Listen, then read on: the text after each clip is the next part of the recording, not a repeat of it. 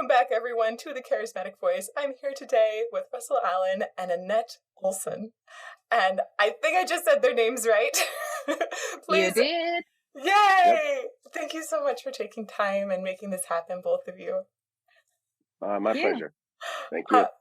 I have to say, before we hit record, we already covered all of the good stuff. I don't know how much more good stuff can be covered. But one of the things we talked about was that this is like the first time you guys are having a conversation together, face to face, air quotes. Yeah, a conversation in any way. Maybe an email we've done, but otherwise, yeah, it is the first time. So yeah, this is it. You've done an entire album already. You have a second one that's about to come out. And there's never been a sort of back and forth. No, because, well, Russell knows also that today with the modern things, and since we live in different countries and we have a record label that fixes everything. So, and you can do, and you even can do videos without meeting. So it's actually very modern ways of working for me and Russell. I think that's incredible. I know lots of people that have never met in person that have done lots of releases together, but I haven't ever heard of people that have done 2 albums and not had some sort of conversation before. So this is crazy. It's so nice to see you two start to chat and tease each other. It's great. Yeah, it's really nice. Yeah, it is. It's nice to get to know her and to get to know you too. You know, I mean, you never know. I mean, maybe we just hate each other. We don't want to see each other ever, but that's not the case here. Oh my gosh. We're very compatible musically, and I'm finding that we're also very compatible in our human forms as well. So this is really cool. But yeah, Annette is right though. Yeah, we the technology really allows, which is really cool actually. It allows artists to kind of, you know, be anywhere and work together and create art. You know, there's no limitations, so it's pretty cool. You know, I like it. For us old timers, you know, yeah, we gotta. Sometimes I kind of miss the old days when you were in the studio with your whole band and you know, cheering people on. And actually, I have other projects where it's the same thing, where we never met until maybe the first video, or we did a whole album there too. So, but perfectly normally we get along, and I think Russell and I will get along pretty well if we meet. So it seems like it. I kind of, one of my things was this time around, I was really hoping to do a video with you, because I'm not a fan of like this whole. I think that the videos that we were putting out, the lyric ones, are great and all, but there's chemistry when you're with the other people that you're working with. There's a thing there, and people can connect with that, I think, a lot easier, and they can feel an energy there. But I mean, we were going to try and schedule it in the summer, sometime in the summer here, and with all of these things going on in the world, of course, we had to pull out of all of our festival appearances. So I didn't even get to. I haven't even stepped foot on Europe, this year. So it wasn't going to work, and that's the unfortunate thing right now. So thank God we have this medium in order to actually work and put things together, because it's just impossible to fly right now into certain places. It's just really difficult. I mean, I was just in South America, and it took us 30 hours to get from New York to Sao Paulo, Brazil. We had a cancellation. We sat in the airport for almost 9 hours. I'm sorry. And that happened 5 or 6 times on the trip. I'm surprised we made it at all. And that's just with the deal with flying. So it's really hard to schedule things right now. And so this is great. This is a good opportunity to actually be able to be creative, to be working, to do stuff, and and to actually meet online, which is so personal, and so so fun, because we just feel like we're right in the same room together, all 3 of us. So this is so great. So I like it. Okay, but where are you guys calling in from? Just so people get a little oriented about where these lives are happening. Well, I'm from the New Jersey in the United States. So East Coast, the Northeast coast of the United States. That's where I'm calling it from. But you grew up in Long Beach, California, right? That is correct. Yeah. Did you go to school there? Yes, I did. Did you go to Pauley or Wilson? No. I was born in that city, but I grew up in Whittier, California. Oh. So I actually went to Lucerna High School. And, I don't know, what was the grade? Orchard-Dale's grade school, middle school, Lucerna High School. I played sports out there. I was a football player. Volleyball was a big thing in California. So I came up with that whole thing. I mean, music, I also had great teachers. I mean, my music instructor worked with the Carpenters back in the 60s and 70s and stuff. And that was really cool. I was in a jazz ensemble and stuff like that. So I kind of was like a jack of all trades when I was growing up out there. I did sports, I did music. I was the lead in the school musical and the plays and stuff. So I kind of had, the funny thing was I back in those days, if you were like a thespian or an athlete, it wasn't like those two worlds didn't really go together too often, but I kind of crossed, I was the bridge between that gap. So I used to make all my defensive linemen and guys, they had to come to my choir recitals when I'd have the robe on and I had to wear their football jerseys, sit in the front row. I made them come, or they would feel my wrath on Monday at practice. You will be cultured. Yes. Or, and so it was cool because, I've always had, a lot of charisma and stuff, and it's really helped to kind of bring people together. So I'm all about that. And that team mentality I got from sports, I really carried on to music, and it took me a while to kind of get used to like musicians and kind of how they are and stuff. And they're, some are more sensitive than others, but I sort of bring a a wrecking ball to a china shop sort of mentality with that. And I just, we smash all the egos down, because that's what we do in sports. You got to be, when you're part of a team, it's not about the individual, it's about the whole. So I always felt bands were kind of like that, and if you can get the whole band to kind of buy into that concept, you're going to have success. At least that's what I was always feeling. And, I've been with Symphony X now for over 25 years. And so I guess something's working right there. But yeah, that's how I came up and grew up out there. And then I got out in the East Coast, not to give you my whole life story here, but I used to be a knight in this place called Medieval Times. It's a dinner theater. Your swords back there, are giving me flashbacks of people swinging weapons at me, and but anyway, that's how I got out to the East Coast. A night at Medieval Times, like what years around? Oh, way back before electricity. In the Middle Ages. Exactly. And then in the Middle Ages, 1989. 88 I started, and then I came out to the New York area in 1990. And I was in the show out here, and then I eventually gotten involved with music out here because the grunge scene had hit in America. Everything in LA was gone, like that, And so there was really no reason for me to kind of head back there if I wanted to pursue music. So I stayed in the New York area, and there was a really vibrant club scene here. You had places like the Limelight, which was an old Gothic church that they had converted into a nightclub for rock. And you had L'Amour, and you had the China Club. And so there's a big scene here. So for about 8 years there was a lot of places to go play, and there were legit places and a good scene. So that's where I kind of cut my teeth in music, really, was out here. And then I got into Symphony X, not too long after I'd moved out here. I joined up with those guys in '94. And got it. And here we are. Yeah, I was just thinking, because I did go to Medieval Times a few times. Oh, you did? As a kid, yeah, that was something that I mean, obviously swords. I've always been a fan. So which Medieval Times did you go to? Where are you calling in from today? I'm calling in from Tucson, Arizona now. And when I was younger, I lived in Washington State, and we would take a road trip down and go to Disneyland every 3 years. So you went to the one in Buena Park. That's where I started. Yeah. Yes. Right. Yes. Okay. All right. So it was really amazing.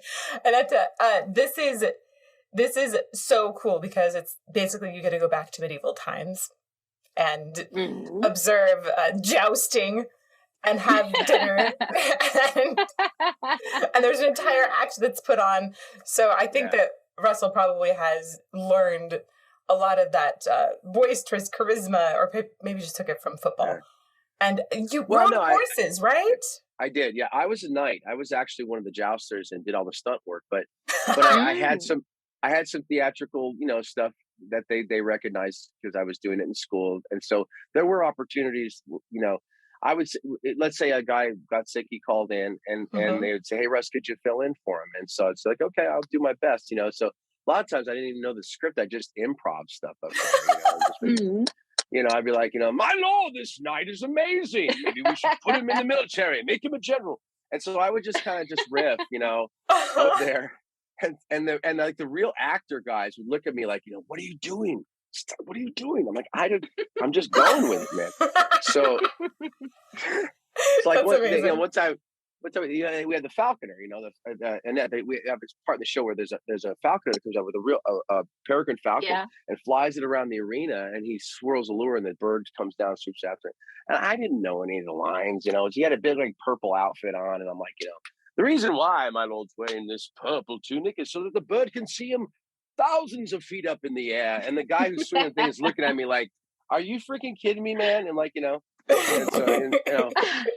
I'm just making this stuff up, as I go. And but you know what it is? It's all entertainment. The crowd doesn't know when you're screwing up or anything, like when unless you really tank a lyric or something on stage, you're like, I was so sorry, but I mean, it's all entertainment. So if you're just, if you're just genuinely in the moment and giving that energy, people really, I found that people really respond to it. So I had a lot of pre sort of, music stagecraft stuff at medieval times that I kind of had a chance to perfect and hone in, and it helps out. It helped me out a lot with emceeing, as she could probably tell you. When you're fronting a band, you have these moments where it's scripted in that you're going to say hello to the audience, but there's also these times when a guitar player breaks a string or something falls off the drum kit, and all of a sudden, hey, singer, you got to do something. Yeah. And so that's when it helps to have this kind of thing, and you can step up and kind of save the day. Singers, a lot of times we get a bad rap. A lot of singers, we have like LSD or lead singer disease and all this other stuff. And the band sometimes will tease us a little bit, but then all of a sudden when something goes wrong, they're like, you got to say something. Yeah. Cover for me. Right? Right, Annette? We have to save the day all the time. Huzzah! Right in with you just have to sing you have to start to sing a cappella song or something with the whole crowd because there's no electricity. I've done that before. There you go. Have you had that happen to you? Oh my God. It happened actually it happened a lot of times, but the worst time was with Nightwish in Rock am Ring or Rock im Park. Ooh. And you know how big it is? We were like it was Metallica headlining, and it was Offspring and then us, so it was a big thing, and MTV was gonna film it, and something just happened with something, so 3 times the whole music just stopped when we started doing Amaranth, I think, and I had to go out, and because they would like Yuka the drummer started trashing things in the back because he was so angry, so I just had to go out and save the day. I don't remember if I sang something really stupid, but I had to do it in front of so many people, and it happened, of course. But that was the worst thing with Nightwish, actually. Yeah. Do you like it when things like that happen? I'm like the interviewer now. So do you like it when those things happen? Well, I'm like you. I have kind of also theatrical background. So I also like to improvise, and I do it even when it's not scheduled. I like to sing Frère Jacques in front of people in Paris. And I kind of like and I'm always calm. Yeah. But the others always get crazy, tossing things. And I'm like, hey, it's no problem. Hey, pick up your guitar. Let's go out and fix it. So I'm really, I because I've been in so many like smaller bands and cover bands when I was young, and I grew up with my mother's band. So I've seen it all happen. And I don't see the problem. But if it hasn't happened to you and you're in a big band, I think you get stressed. So I kind of like it. I love it. I love it. I love it when things don't go according to plan. It's like the improvisational moment, like you said. It's like, something different. Okay, let's see what's going to come out now. I just love it because I feel like it's so real. and people and people that are there, they get a memory, they get a special thing, like, so for me it's like a chance to like make a connection that you don't really have too many opportunities to do when you're doing such a set that you're doing on a tour. It's the same stuff every night. Maybe you change a song or two, but when something like this like happens, I just love I eat it up. The band, like you said, same with mine, they're like, oh my God. But over time, we've been together so long, they trust me so much. They're like, he's got it, whatever. So so I love it though. I love it when things go awry. It makes for a really interesting night. Yeah, I love it. And next question. I have to mention that Annette, you'd said that Russell's name means something in Swedish, right? Oh, here we go. No, it's actually it's not the whole name, but there is a horse breed that's called Russ, and in Swedish I would say Russell for Russell.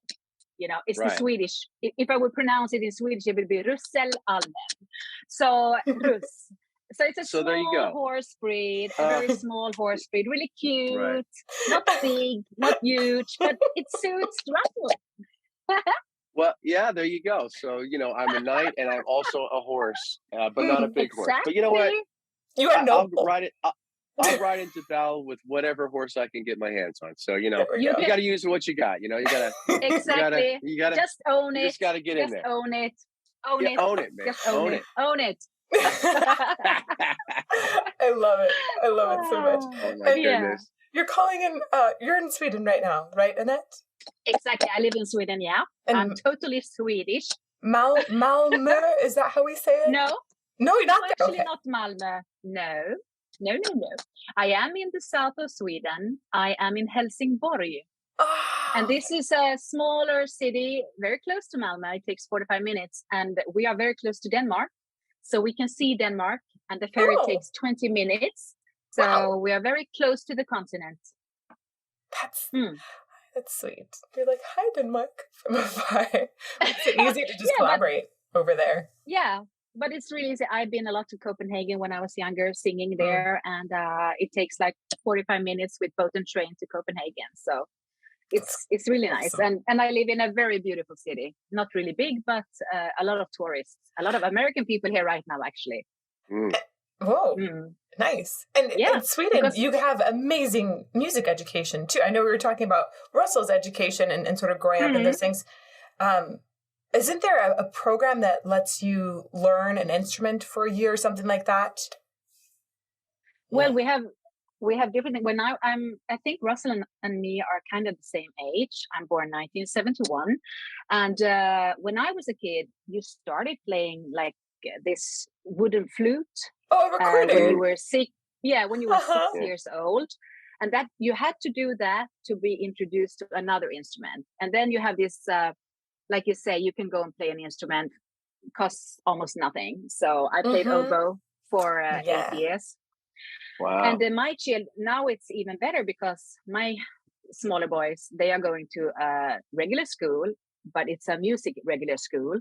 So they have choir 3 times a week. They play instruments. They choose one from a very young age, and they have rhythmics and, big concerts. And I mean, it's a small school, but they are like heading for music. So. Oh, that's awesome. Yeah. Oh, that's just it's so cool. I wish that school were there when I was young. I would have gone there. Yeah. That's cool. Right. I played the clarinet. That was my first instrument. My one son, Mio, my youngest one, he is probably going to start that. He wants to play the violin, but he's been queuing for that for years. It's really hard to get the violin or cello. So maybe clarinet would be the one. Oh, got it. And then basically the state helps you provide the instrument to learn on. Is that how it works? Yeah, you can rent an instrument. So cool. So you don't have to buy it, and that's good because instruments are really expensive. Yeah, they're super expensive. That's so interesting that both of you also learn how to play a woodwind early on. I think that translates really well into singing because you've already got an understanding of like the breath needs to be that engine first of all. That's cool. Yeah, we had that in school too. We still do. My son, he started band this year, and he's in percussion. So we rent the percussion instruments, and he plays the percussion stuff. So he's really into it. So there is some sort of music program here in our public school system, at least, that still exists, like similar to what I have. But I was singing him since I was 5. I mean, I was just singing. My first show was with my grandfather. Yeah, it was as a child. So I was already singing before I actually started to learn how to play an instrument. So that was kind of how it went. But in grade school, they didn't really have like a legit choir. It's just like everyone's kind of just, whatever. I can't even think, down row, row, row your boat. Everyone's just kind of shouting out the words. There's no melody really. It's just, So the band, though, the instrument stuff was really kind of where you learned your first notes and how, introduction to theory, things like that. So that was the building blocks of understanding more of what we were actually doing, That's musically. Great. So, yeah. So that happened. You guys actually both had schooling where you got to have some education in music, and that helped sort of begin the initial steps towards becoming where you are today. Yeah. I mean, for me, I like I said before, I started singing when I was very, very, very little. My mom has told me I sang all the time. I guess when I came out, I sang. So, and it was a way for me to cope with the day. And it's always been that when I went home from school, I sang what happened in school, while I was walking home, making up songs. But I think I also come from a musical family where everyone played an instrument. There was a trombone, there was drums, there were trumpets, there were flutes. So I just had to play, but I didn't want to play oboe. I hated it. Oh, really? I didn't practice it. I was really good at it. And every time I came from the lesson, I went home, put the box, didn't practice a single thing. Then I came back the next week, opened it, and played it perfectly. And my teacher was really tossing her hair. She was like, you could be in a symphonic orchestra. You are like so good if you just practice. And I was like, I hate it. I wanted to play piano or guitar because I was going to be a singer. And I told my mom, and she was like, no, it's better that you play a symphonic instrument. And, I just hated it. So it was like, I just hate oboe. So how do you feel about your son learning clarinet? Christmas, Right. I mean, I still feel it would have been better for my mom to put me on piano.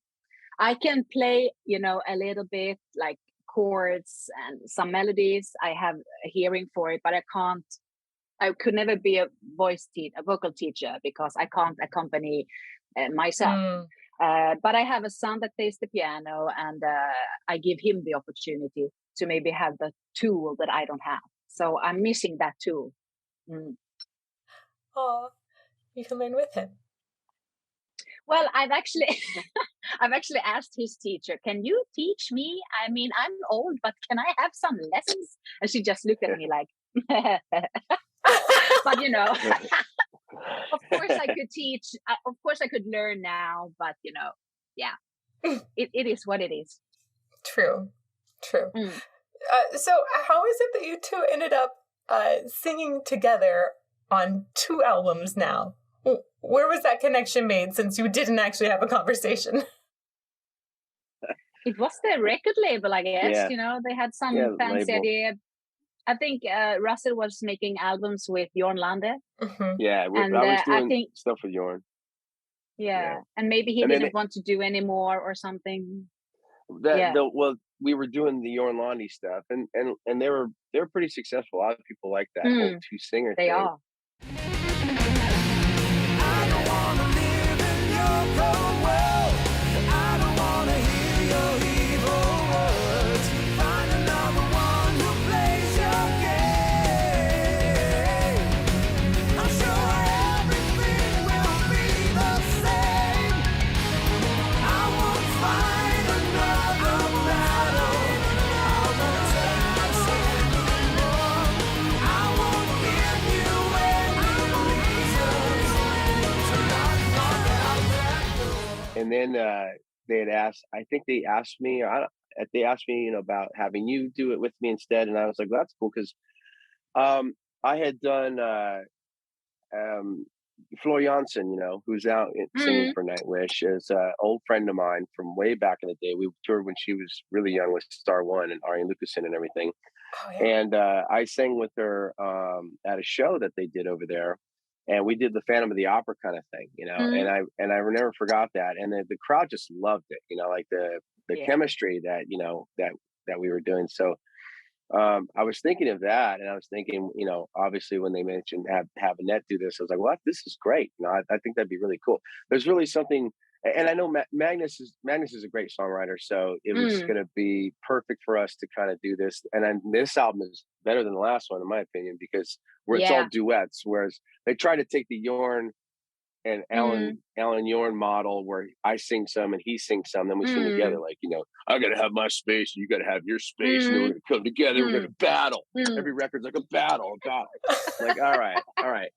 I've done the medieval times thing. All right, now I'm on a dragon jousting Jorn, hypothetically or whatever, So it's all cool. Yeah. But this was like more something more I was really interested in, because to me it just seemed like a natural sort of thing. You have a great male singer, a great female singer. You put them together with great songs, and then there's a thing where we can play off of each other more. I just felt like it was a better mix, and so I thought, let's go for it. So as soon as I thought it was a great idea. And last one was received really well, and I think people are really going to like this one too. I think they're going to like this one more because her and I. Yeah. This is more of like what I thought this should have been from the beginning, which was duets the whole way, because it's better. Cool. Yeah, and when I was asked, I love the Allen and Annette albums. So of course I was a bit afraid because I know Jorn and I love both of your voices. And I knew that some fans would of course be like, what the hell, a girl singing Jorn's parts? There's always those. And actually I jumped into the album, I guess, when the songs were like made for maybe Jorn and Russell from the beginning. So I had we didn't have the keys perfectly for me. So I had to struggle a bit. And it was like you say, it wasn't duets in that way. It was one song, maybe Russell sang. And so I said to Magnus for the second album, please do duets. I think we have amazing voices. They should clash together and be together. I think it's more interesting for the listener. And I think this album is much better and top notch. Yes. Yeah. And I listened to All Alone, and that one you are singing in the same key in your various verses. It seems like the key just fits already. It doesn't seem like it actually needed much adjustment. It just kind of works.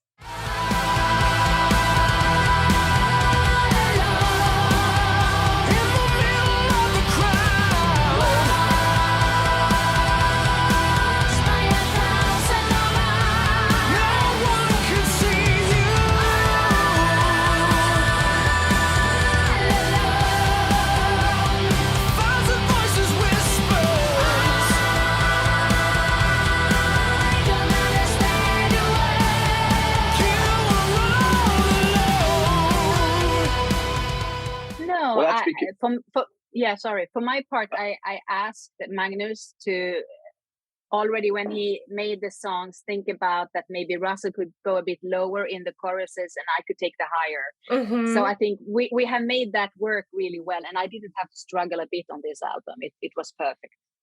And I loved it because I didn't have to sing my balls off up there in the upper register. No. So I finally I finally have somebody that can help me, So I love when you sing that high, but I mean, I prefer to sing high. I love to belt, and I'm that's where so. Yeah, I know, and you have a great, perfect, but you also have a really good kind of darker voice that feels my higher voice. It completes it, so I think it's a good match. So yeah, I do too. When you were thinking about recording this together, were you thinking about blending with the other person at all, or just thinking, I'm going to do my own thing, they're going to do their own thing, and I'm going to let the production blend us together? I kind of like that, I guess. I recorded first, right? On this you always start, and then I get in. Okay. Yeah. Are you sure? Because I thought maybe did you sing the last one first? I think you sing last one. Maybe you didn't finish, but I think you started recording first album and this album, and that works for me because I have Russell in my ears, and I of course I think about my own harmonies to make it sound cool.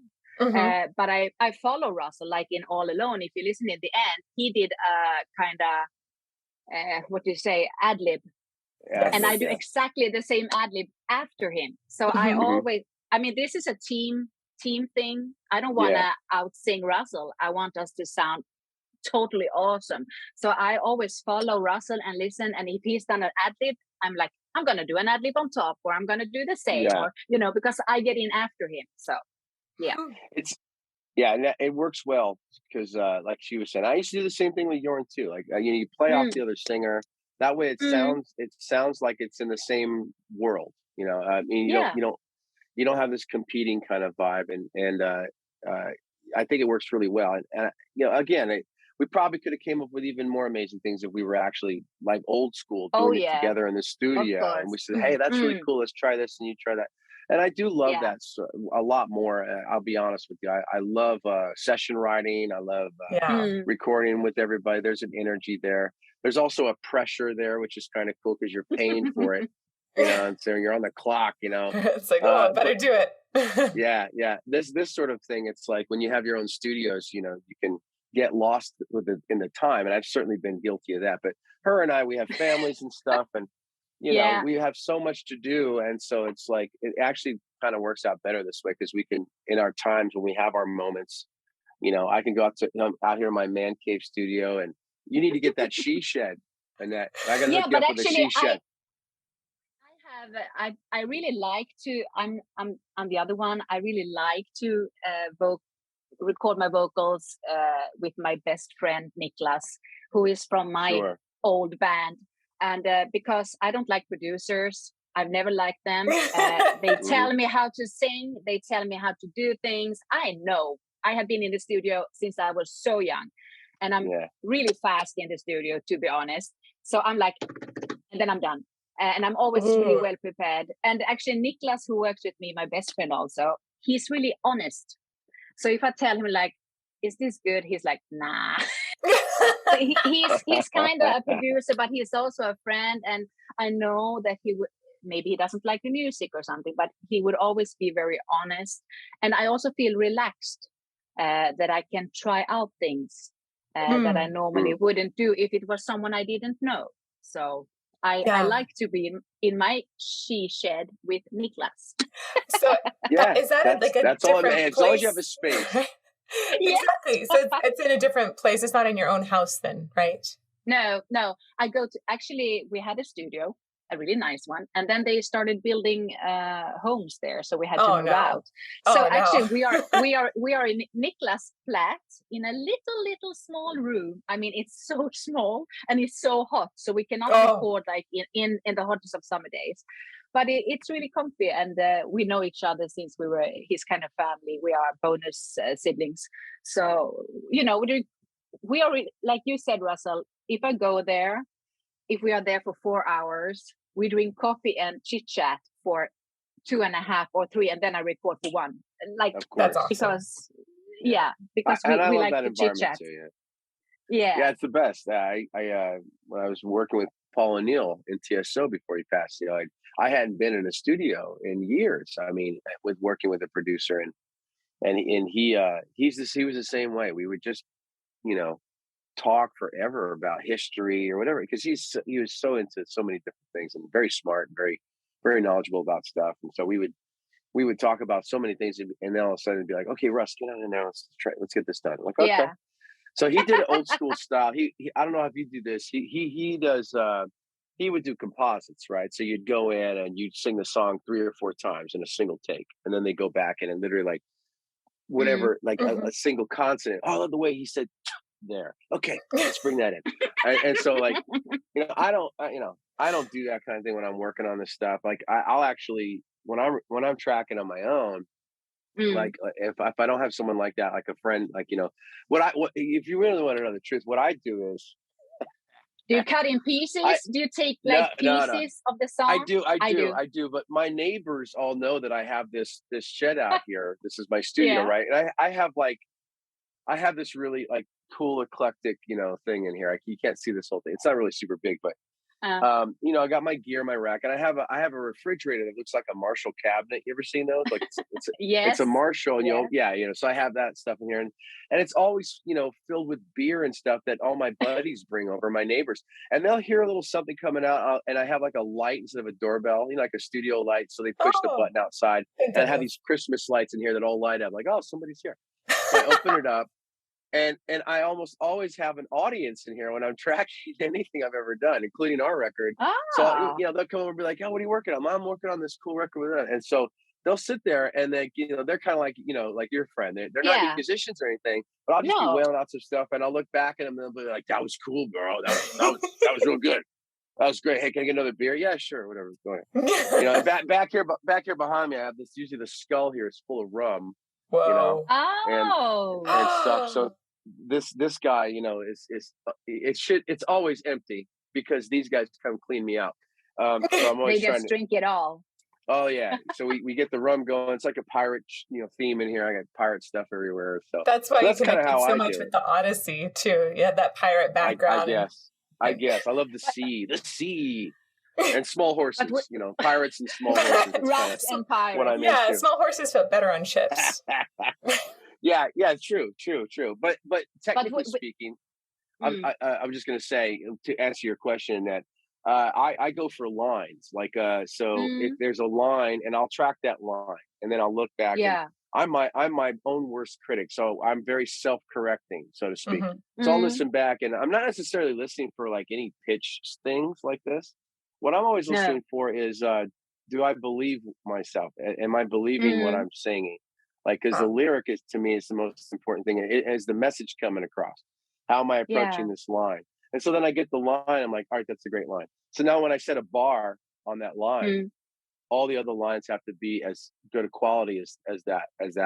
And it maybe always isn't the first line of the song. It might come a little later. Then I'll land on something like, well, that's the emotion I need here. This is the vibe that this track needs. Then I'll go back and hit that first line again. I very rarely composite, unless I really feel like, okay, I'm just going to wail this out. And I've tried that, but I hate the engineering aspect of it because I'm that guy too. I got to go back and do probably what your friend does for you. And I got to edit all that crap, Yeah. Like, who the hell wants to do that? So I'd rather just sing a great line or a great phrase and then be like, cool. So later on, when I'm crossfading the parts and stuff, to zero out the track to give it to the producers, it's a lot less work for me to do. I'm just lazy, I guess. I don't know, but Yeah, but we all are. We all are. Yeah, I just want it to be easy. I like easy buttons, Exactly. Done. Yeah. So that's how I do it. I relate to this, having done a bunch of like all vocal productions as well, where it's so tempting to go in there and try and fix all of the little things. But the moment you start doing that, you multiply your time from a few hours to hundreds of hours if you're doing all vocal tracks. And it's just, that's not worth it. You lose the humanness of it. Yeah. And actually I do differently. I can just say fast that I do parts. I take the verse part, like half of, if we have like a longer verse, I take half of it. I take everything 4 times for the lead, and for choruses 2 to 4 times. So then the one that cuts it and mixes it can choose. Do you know what I mean? And I do 4 until I'm happy with all 4. And they can be different. They can be like you say, Russell, that one maybe I'm doing a little more, something. Yeah. If he wants that. And then maybe I do. So they're like not exactly the same, but kind of the same, but with some differences. I do it with everything I record for my own albums or other albums. Yeah, it's really good to have all those cuts. Yeah. Well, you're very nice. I just give them one track and that's what they get. So this is it. Trust me. I think it's also because when I've been singing in Allison, when we started, we like ABBA. And ABBA uses a lot of layering. And they've always done that. So since I like to have a lot of my voice, they can dub it. They can, if they have a lot of tracks, they can do that kind of layering. So it's a kind of other thing too. Yeah. Well, I also, I mean, I'll just give them one track. If there's a double, if I feel like the part should be doubled, then we did some doubling. I did some doubling on the choruses with you. Then I'll send them that, say, all right, this should be doubled here. And I'm getting a lot of compliments on our vocals on this one, actually. Like, oh, who produced the vocals on this other stuff? I'm like, well, we record it and we send it out and stuff. But Magnus trusts us, which is great. Yeah. And if I hear like, oh, it should be a thing here, but now I know she's probably going to do a lot of layering above me, so I don't get too crazy with it because I know, like, you're going to have your the way you're going to be mixed in and how your tone is, and you have this very layered sort of sound. So I don't do too much of it underneath you. So like that way that it cuts, but it mixes well together. So if I feel like it needs it, then I'll send it, but I used to double shit all the time, and like, oh, this is so cool. And I'm good at it, and stuff. And I love that natural chorus effect sometimes. But then as I got older, I realized it dawned on me that a single vocal track actually is more personal, and it doesn't sound as polished. And hey, my son just walked in. Oh, I said, come on in here. So I like that single thing. Hey, you want to meet my Swedish son? Yay! Of course, if he wants to be in. Yeah, he'll say hi real quick. Come over here, just say hi. Have a seat. I'm doing an interview. This is my son Jack. Look at this. Look at this blonde hair. I think I got him in Sweden somewhere. Sweden, we're blonde. Yeah, that's Annette that I did the record with, last record. Yeah. So we're doing an interview. Did you go fishing? Yeah, we did. Did you catch a fish? Yeah. Are you okay with this? You're going to be very famous. Everyone's going to see your face. Yeah, I'm fine with this. He's better looking than me. Thank God his mother's good looking because, what do you got? Oh, is this you? Oh, let me see. Let me show him this one. Can you see this? Yeah. Oh my, that's a big fish. Congratulations. Yeah. Congrats. Good job, man. Yeah, so I caught bass today. Yeah. Crazy. That's really nice. That's amazing. It was fun, though. All right, so you're going to go inside, get some lunch? Yeah. All right. I'll be in a bit. You want to play my video game with me later? Yeah, sure. All right, cool. Sounds good. Bye. Bye. Ciao. What video game are you guys going to play together? I'm actually developing one. What? I've been programming a game in Unreal Engine, and it's been something it's always been kind of a little side, pipe dream passion of mine since I was a kid. I used to do levels and stuff, and back when Doom came out and all these games, and 100 years ago. And so it was, my father was a computer engineer, so it was something that me and him always connected on. So I built my own computers. I built everything in my studio. Wow. And nice. So I got into game programming when the Unreal Engine became free. When it was free, you didn't have to spend a gazillion dollars to get the license for it. I was like, let me dig into this, and it's pretty cool because it's based on nodes, so it's more of a visual programming. So you pretty much have these. Not to get too technical, but you have all your mathematical operators, things like that, but there are symbols and stuff, and you can draw these lines and connect these things. And for my brain as an artist, I guess, whatever, that works really well for me. So the logic is easier for me because I can put it in it's like a giant flow chart, if you could picture that, right? And that's how this programming is. So anyway, I've been working on this video game. I was working on it, during the tour. And so, the guys in the band are like, what are you doing? So, I've got this whole working game. So now, I'm play testing it through a Steam portal and things like that, and just trying to get it to a point where I can show it to people. And I got a couple companies that are interested. I might have them do it, and so if not, I'll just do it myself and just get other artists to kind of jump on board. But I've got plenty of musician friends, so their music's going to be amazing. I know that I could do some voiceovers. So he's my little game tester. So that's awesome. So it's pretty cool. I actually worked in and he's my honest critiquer, there you go. Yeah, he what Annette was saying. He'll tell me, yeah, Dad, this game sucks or something. He'll give me that youthful, honest opinion, which is great. So because I know a lot about what the game stuff, but I'm not up on the times as to what they're all into and everything like that. So it's cool to have that perspective, you know. For sure. Video games was sort of how I ended up transferring away from opera a little bit more and then getting into more contemporary music and things. And for me, the big draw, because I also played Doom and a lot of those really early video games, but the big draw out of it was how music started evolving in video games and how you have this more interactive music that can really go in all kinds of different directions, which gets really exciting. So yeah, I'm excited to hear what you do with that soundtrack. I think, especially with your Romeo's been working on some stuff for me, so it's pretty cool. Sweet. And actually, I've been working with actually scripting the audio to change as events in the game change. So it's as you're starting to have conflicts with the other characters or teams like that, the score will actually change. So different instrumentations, you do it in layers, and all the layers are playing, but you're just pretty much like unmuting those layers as they come in. So like as the scene gets more intense, the musical score starts to pick up in intensity too. So that's something that it was really something I wanted to do with this. I'm excited about that, so to make that sort of a special thing within the project is cool because it's more musically driven, and I like that. So yeah, I remember there's a conference in LA that I love called Game Sound Con. I've been to many, many times. Wow. And that was where it was first talked about as being essentially vertical composition instead of horizontal, because everything has been so time-based in how music evolves for hundreds of years.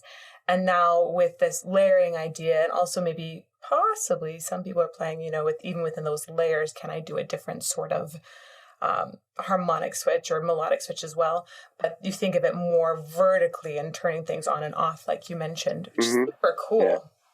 Super cool, right? If you have a boss character that is sometimes scary, or if you're really nice to her, like sometimes really just angelic, I feel like Annette could come in and make a very like rawr kind of version of doing 4 different versions, right, of the same line. You could hear 4 different versions of that character, one that's like super scary and one that is just totally angelic. I want to find that could work. I can be a witch and I could be an angel, so I can be love it. You're hired. Thank you. I will be there. That's great to know. I guess it is kind of a new. What's cool about the video game thing is that it does meld together a lot of different disciplines. So I have some friends in the movies that are dabbling in it, and like of course I mentioned Romeo, and he's been doing scores and stuff for picture and film, and now I'm trying to get him into video games too. Video games brings together all of the different things. You have acting, you have music. It's like a movie, and of course, I don't know if you guys know this, but the video game industry is it makes more money than movies and music combined. So of course, it's massive. So, but it's really cool because you have a cross sort of a cross blending of all these different platforms, if you will. So you're bringing together musicians and technical people from the computer, programming world, and mixing them with actors and voice actors, and it's just really cool. I think as for storytelling, it's just awesome. It brings, because you have the consumer, so to speak, the person who's playing the game is not just an inactive participant. They're not just watching a movie per se. They're actually involved in what is happening because they're a part of the story. Whether they're playing a character or they want to shift directions of the story. A lot of these big RPG games will do that, where you're starting out and as you make decisions through the path of the gameplay, the story changes. So, of course, this is massive amounts of work to make that a reality. And some of these games take years to produce. But I'm not really looking to do something like that. Not yet, but eventually. The ideas eventually, but that's a huge budget thing. That's a it's massive. Yeah, it's video games can cost so much money if you start to expand in that way. Yeah, but the core gameplay has to be there. But I just love all of the artistic stuff you can put in these products, and I don't know, it just appeals to me, And the irony of the whole thing is I probably won't sing a note in this thing. So that's also really cool, you know. Because it's right. I don't know how Annette feels, but it's like, you know, I love doing other things where it's like, okay, do I have to sing? You know, is that all I'm good for? Don't you have like a small horse I can ride in on or something? Exactly. You know, just something different. You know, I don't know. I guess we're getting old, but I like the idea of like doing art in some other format. You know, like I don't know. It just really it really attracts me. So I understand. Yeah, and for Annette, one of the first things I ever saw you in was Imaginarium. Am I saying that correctly? Yeah, Imaginarium. Yeah, Imaginarium, and there is this like sort of smoky scene where you walk into and you're in this red dress and it's like it's such a cool scene, but that whole film, the whole production of it feels like something that could be in a video game or a choose your own adventure sort of setting, because it's, you know, it's got this sort of like Tim Burton-esque production, and that character you're playing could absolutely be your 4-level witch. But that sort of storytelling element where people go in different directions, I feel like you've already like explored that, like one of the possible paths in Imaginarium. And Russell, you essentially already explored one path in Odyssey. Both of these things were extreme storytelling for the music. And within the Odyssey, right, that was 24 minutes. So long. It's crazy. But you have all these acts in it in the same way that Imaginarium essentially has different songs and tracks. And I think you could take either one of those and develop that into essentially a choose your own adventure setting, maybe in VR, where a person really gets to go through. And the only problem is once you start having choose your own adventure, you get way more paths that you might compose for. People who are total nerds and love your music are going to try and find every single path, every single possible song that you've written in it. But it's a lot of extra work once you start developing the real aspect. Yeah. It is. It's exciting though, because to your point, I mean, you know, people who really love it will actually pay for that experience to want to do that. So it's something that you can afford to do. It's not like a money grab thing. It's like you have to have the budget in order to produce all that music. You know, like that's really what it boils down to. Yes.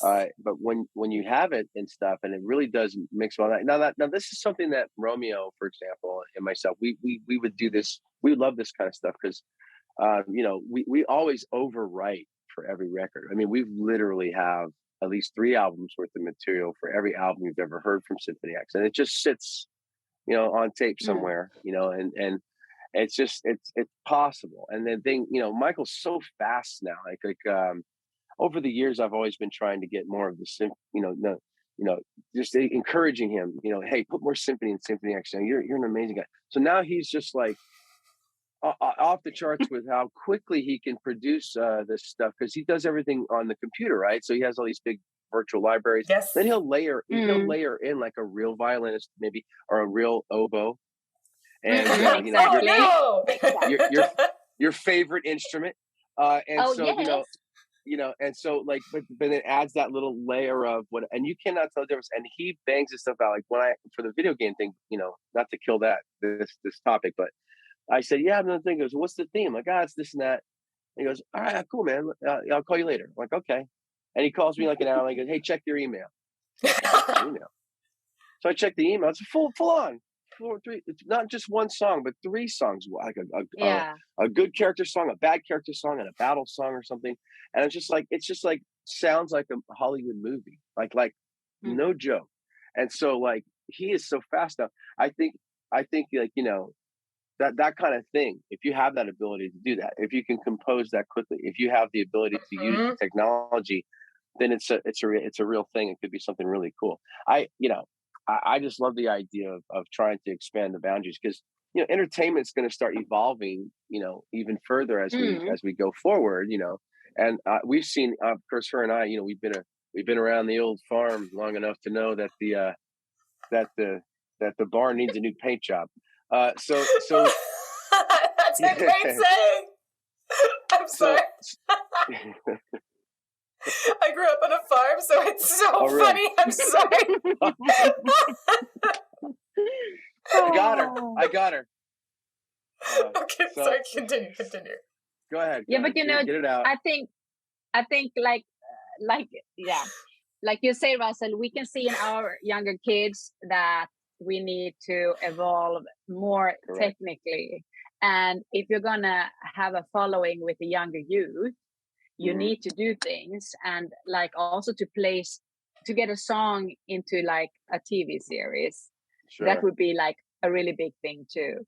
And I can see my kids, they want to evolve TV games and games like you do now. Like, I'm going to work with that. That's what the kids say today, because they know that that's the thing. So I really think it's a good idea. Attention spans are short. The attention spans of TikTok and these things are so quick. So you got to be able to grab them and push it, and it goes here. It's got it. You guys stay moving. You can't have this static one thing anymore, like what we grew up with. Like in the old days, if you had a radio hit or something like that, it was on the air, and there was only a few places you could hear it. So it was just rotation, and that's how you got your music. And now, they're streaming anything you want, whatever style. It's just the competition is, and the not the competition between the artists, but the competition for attention from the public. Is so fierce because there's so much of it so readily accessible to everyone. So you really have to have something that really not only gets their attention, but keeps them there. And how do you do that? Having variety. You have to have variety, things coming at them constantly. I don't know about you, Annette, but I'm social media challenged. That's a nice way we like to say it. So I'm not on the social media all the time like all these people are. It's not just an age thing. I think I've got friends that are our age and they're on there all the time and they're posting stuff. And I'm just I'm just not wired like that. I guess when I'm on tour, I'll do stuff because I feel like when we're out working, that's interesting. I'm traveling. I'm actually having fun. What do you want to see my backyard? Hey, I'm mowing the lawn, everybody. Hey, who wants to see that? But people do. But I don't. I just for me, it's like that's not very interesting. But it's true. The kids they just keep feeding them, and they'll keep looking. They keep watching. They keep paying attention. They love YouTube. I mean, YouTube. If you want to be big today, you need to have a YouTube channel. And you need to make something so they follow you. I think TikTok is big, but for my kids, for instance, YouTube is the thing. That's where they find. And actually, you can see that they are listening to rock bands that I listened to when I was young. So that's where they find it. But I'm a bit in social media and Instagram because I think that's a really easy tool. And I also have a TikTok now, but it's really small. And I have actually just last week started to use Snapchat. Whoa! Wow! Because I have all that stuff, but Instagram's the one. What do you post in for me best? I post in my official channel. I have like a blue tag. I have 55,000 followers now, and like I said, I don't do fun things because I'm not a full-time singer anymore. I work as a nurse. Yes. And and I have 3 kids, but they like when I exercise, and they like when I show my clothes, and also I have it as a little bit of a tool. I started blogging on Instagram to show when I was like in the big band, show who I was, that I'm a very, very normal person who just was tossed into this crazy world of being a famous singer that was really hard for me to cope with. And I wanted them to see who I was. And it was a way for me to be able to say what I wanted to say. So, of course, I don't write so many things anymore that are, like you said, political and stuff. But it's a channel for me to say and show who I am. Oh. And now I just have to do it every day because otherwise my mom, she will ask me, "Are you ill? You haven't posted in Instagram in some days." It's my mom chasing me. Yeah, that's hilarious. Wow. Well, I got a late start with all that stuff. I mean, I did it, but I got nowhere near what you have. I think I got 17-some thousand followers on there, but I didn't. It's funny because in TSO, you got a lot of young people in that band, and a lot of people trying to do whatever, and they got whatever. And like I posted like one picture or something, I got like 5,000 likes, and they're all like, "How the hell did you who have like hardly any of the followers? How did you do that?" I'm like, I don't know. I just post a picture, I guess. And so the only thing I can equate it to is that, well, if you're starving, I guess that Ritz cracker must taste pretty good, even though it's, everybody's giving out Ritz crackers all day, but they didn't get a Russell Allen Ritz cracker. So, exactly. So then there was so there's something to be said for like waiting a little while and then giving them something, and then you're going to get a little more reaction. But I'm no genius. I just started doing all this stuff. I've had the accounts, but I'm not really active. And like you, I'm a normal person too. I'm a football coach, and I do all this kind of stuff, and I have a whole other life outside of music, and it takes up actually more of my time than music does, as she'll tell you. Same. So once, so. But this is all I do, though. My wife is a teacher; she's a school teacher, and she went that path. She was a dancer when I met her, but she went into the same sort. Not a nurse, but the same thing. It's like for me, you're caring for people. She's caring for kids, teaching them, molding them.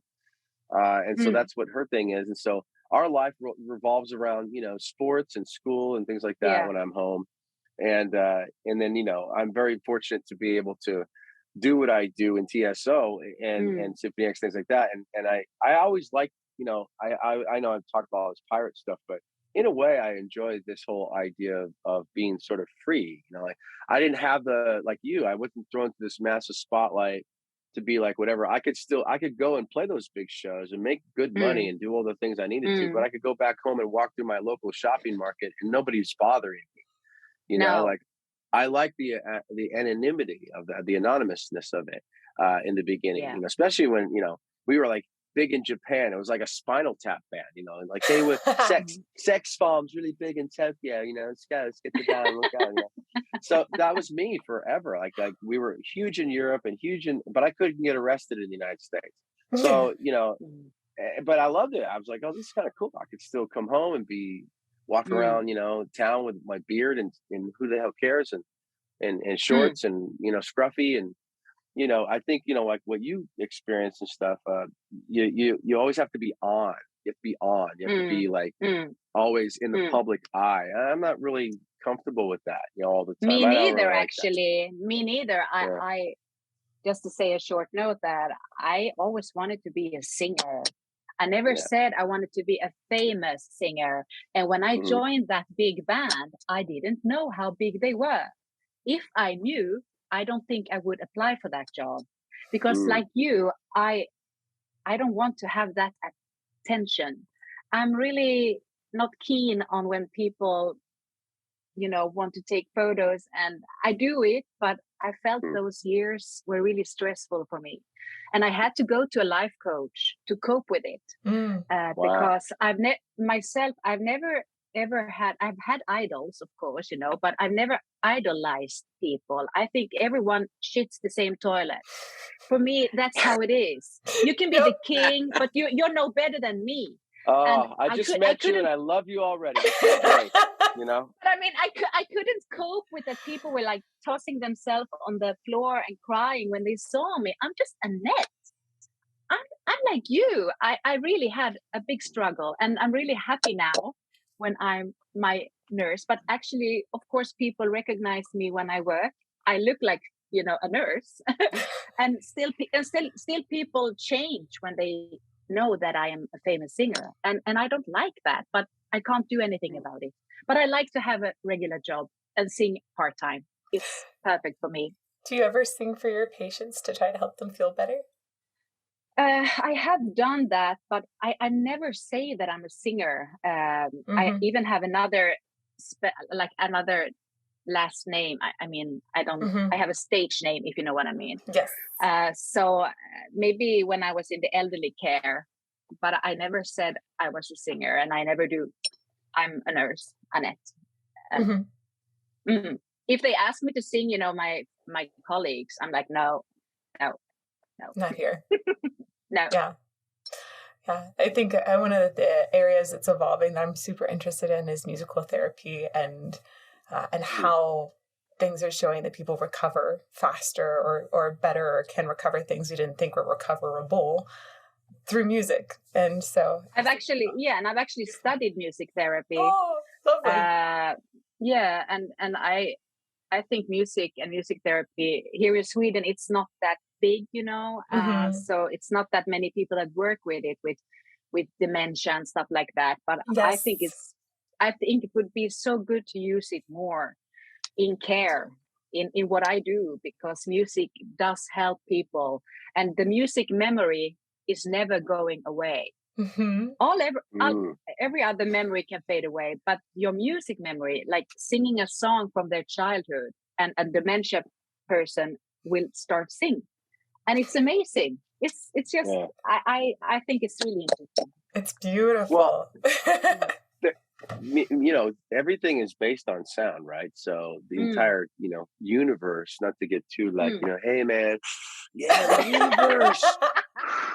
But truthfully speaking, everything is sound based. Everything is resonant frequency. So even the light that we're seeing each other with right now, everything. Yeah.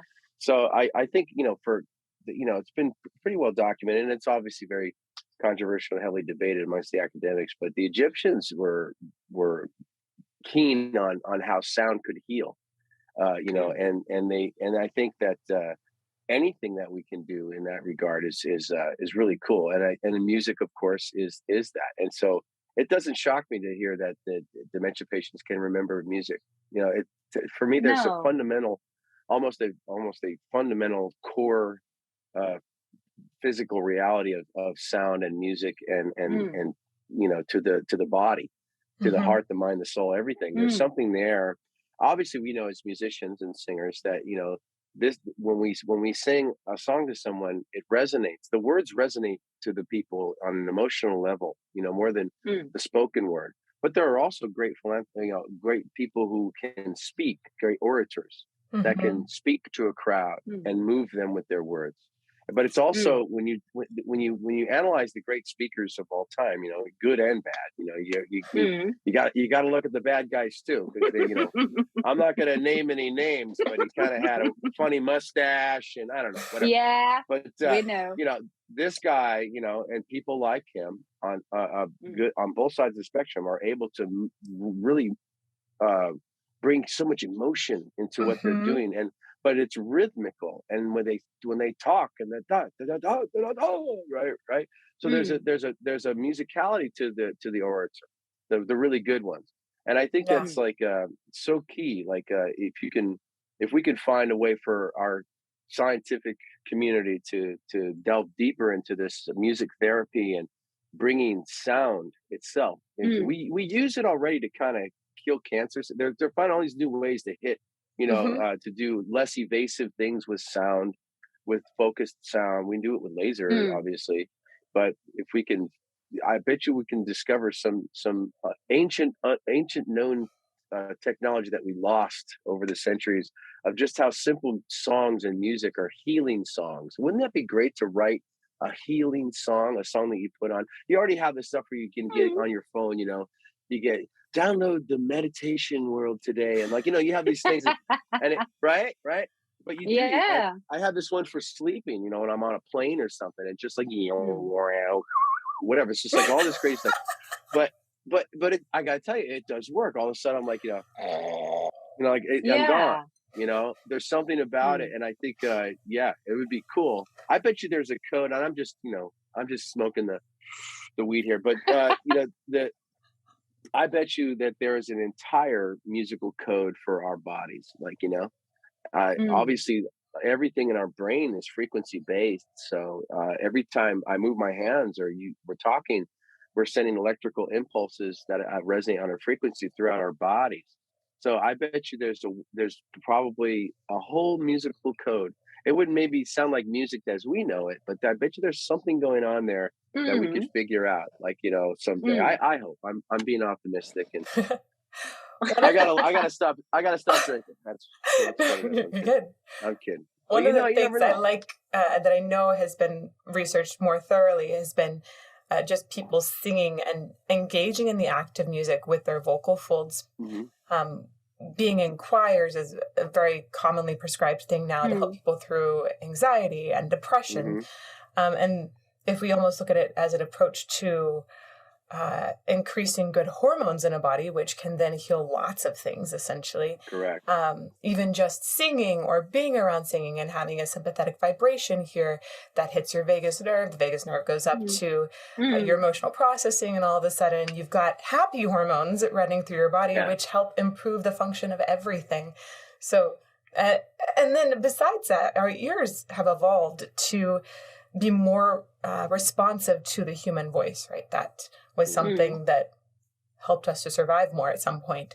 So if you think about that, even just saying a human voice in an orator situation, or a human voice singing, or lots of human voices around you, it makes sense that we're programmed to essentially respond to a voice particularly well. So I'm not only excited about music therapy, but particularly how voice can be used to heal people. Well, thank you for making what I was trying to say sound really intelligent. Actually, have some sort of real practical use. You know, I'm over here with my hippie stuff, and you actually make it sound scientific, which is really cool. You know, the human voice thing is always fascinating. Now, I was going to be a history teacher before I got into all this music stuff. I was studying to be history. Love history.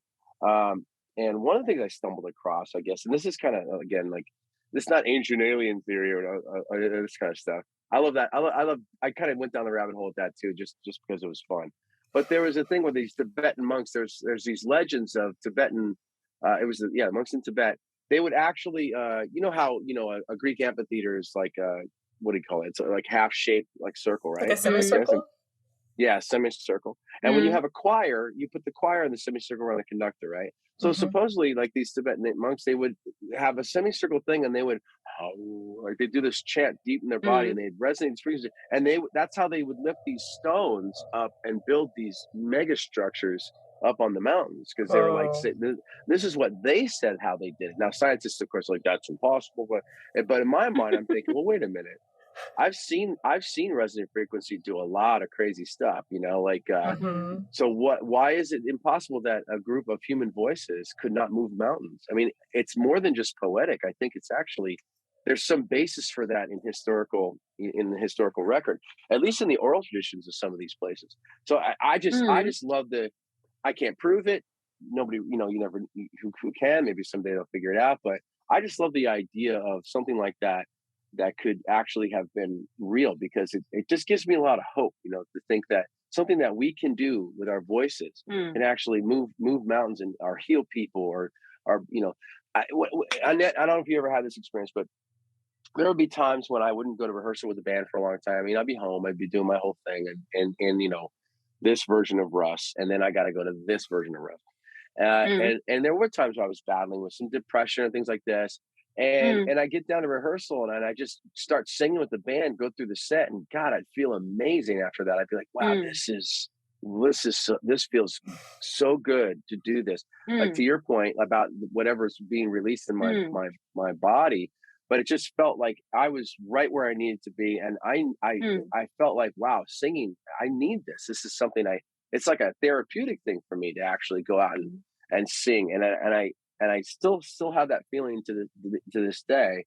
And so every time, you know, I don't look at shows as like, oh God, you know, the show's like a therapy for me. I can go out there and I just feel so alive after I've done a show, or if I've sung with a band. Do you get that kind of feeling too?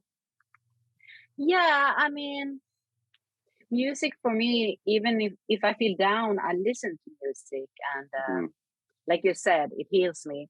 And I have had a kind of depressive time where music was what healed me. I've also quit singing, you know, a couple of times in my life. Like, I'm not going to sing anymore.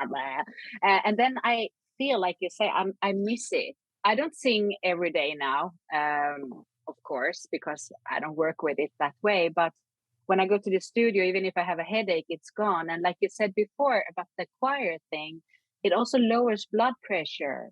It helps your breathing. They're like physical things that are happening. Yes.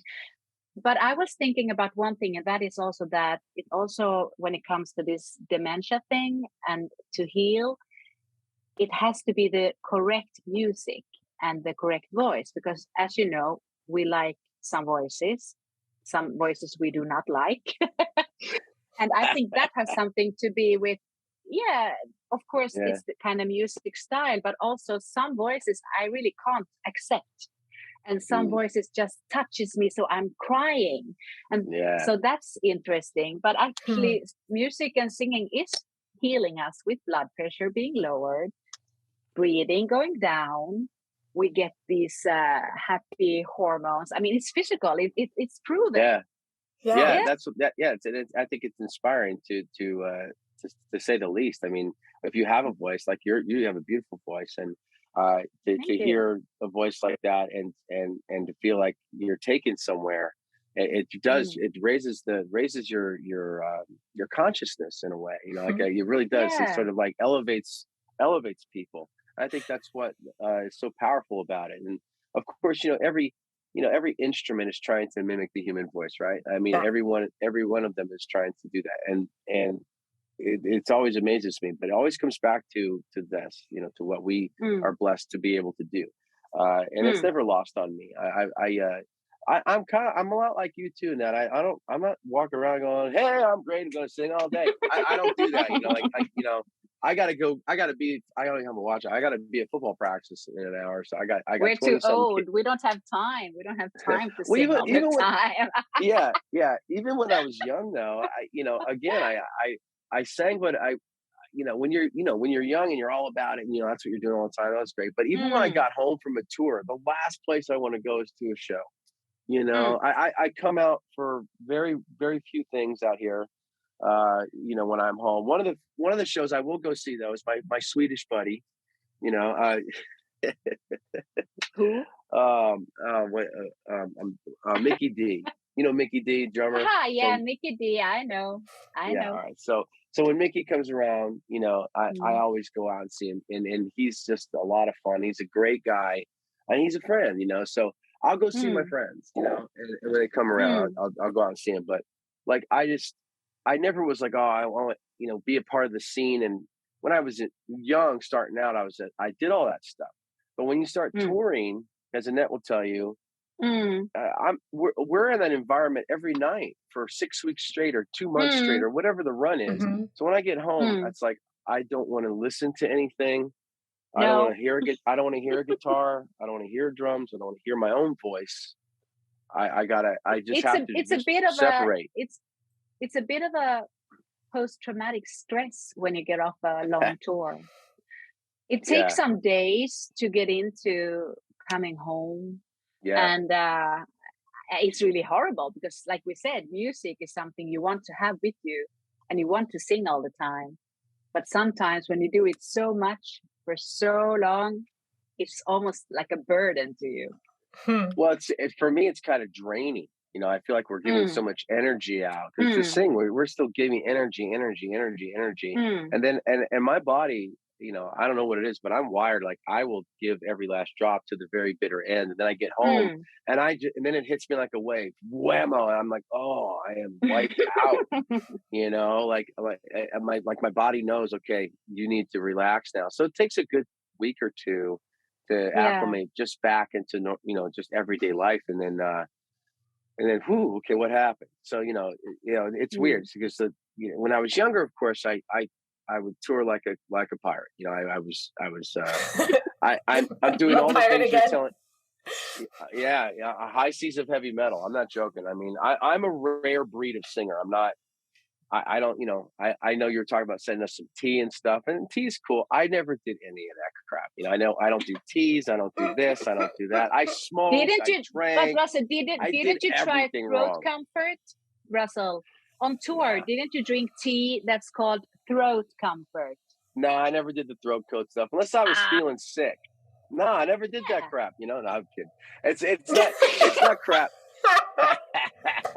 It's actually really good. I know. Well, here's my thing, right? And for a lot of time it was tea with lemon. Well, lemon's the worst thing you can take into your body at that time because it dehydrates you. It gives you the illusion that you're hydrating your vocal cords, but you're just sucking all the moisture out of your mouth. So hydration is key. It's key for sport. It's key for muscles. So as you are very, very Elizabeth are very the doctor of singing here, our professor opera of singer vocals. and everything. Yeah, she knows the things. So she knows the things. So for all of you out there who are maybe new to the craft, the muscles, right, are fibers, right? And as you sing and work it, they tear a little bit. Right? If you're really dry, they'll tear, and you'll get what we call nodes, and these swelling will come, right? So my thing throughout my whole career was, even if I was going to drink or do whatever, I would always hydrate like crazy, so that way they have this elasticity within the muscle fibers of your vocal cords. It's the same throughout your whole body. The muscles, the vocal cords are just muscles like anything else. Is that right, Professor? Mostly. The muscles underneath, the part that gets the node on it is a layer that's above it that's not really muscle anymore, but it is like a similar thing, that if it's dry, it tears more. Yes. And you get the essentially calluses, like the way you get calluses on the ends of your fingers. But you're totally right about the hydration essentially making things more gooey, more flexible, more pliant, right? Hydration is great for all kinds of things. Yes, and for singing, I found that was the number one secret weapon, and room temperature water. And sometimes if I was really struggling, whatever, I would just gargle just room temperature water, get a quick hydration on there, and you can hit anything. The best is hot shows. If you're singing in a humid room, if there's any humidity in the air, sauna. The water vapor, the sauna, the water vapor. I could sing anything. I could hit notes I didn't even know I had. I'm like up there in the sky. It's like with no effort, right? I was talking with Elisa recently about like putting your nose and mouth over just steaming water, or like it could be tea, and just taking a hit of steam. Like, oh yeah, that's great. Now they have started. Have you tried this, Elizabeth, this pipe that you're blowing in water? Oh my gosh, I am all about all of the water exercises. So you're probably talking about the Dr. Vox one. The James Labrie uses a bunch. It's like a long glass thing. There's that one too.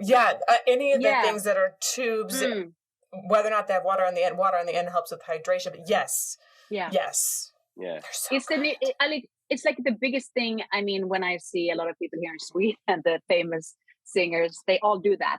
So I have one. I haven't tried it so much, but my mom is using it. She's a singer too, and she says it's amazing. It's amazing. There's so much amazing research behind it, actually, that really solidifies that it's not just something people are. It's not just hearsay that it's amazing. There's all kinds of actual data supporting why it's amazing. Yeah.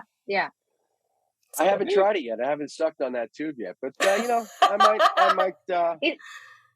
I'm gonna tell you when I've tried it, because I'm gonna use it whenever I have time to try it. But I'm gonna, for the next album, I'm gonna do it for some weeks, and then we'll see. Yeah.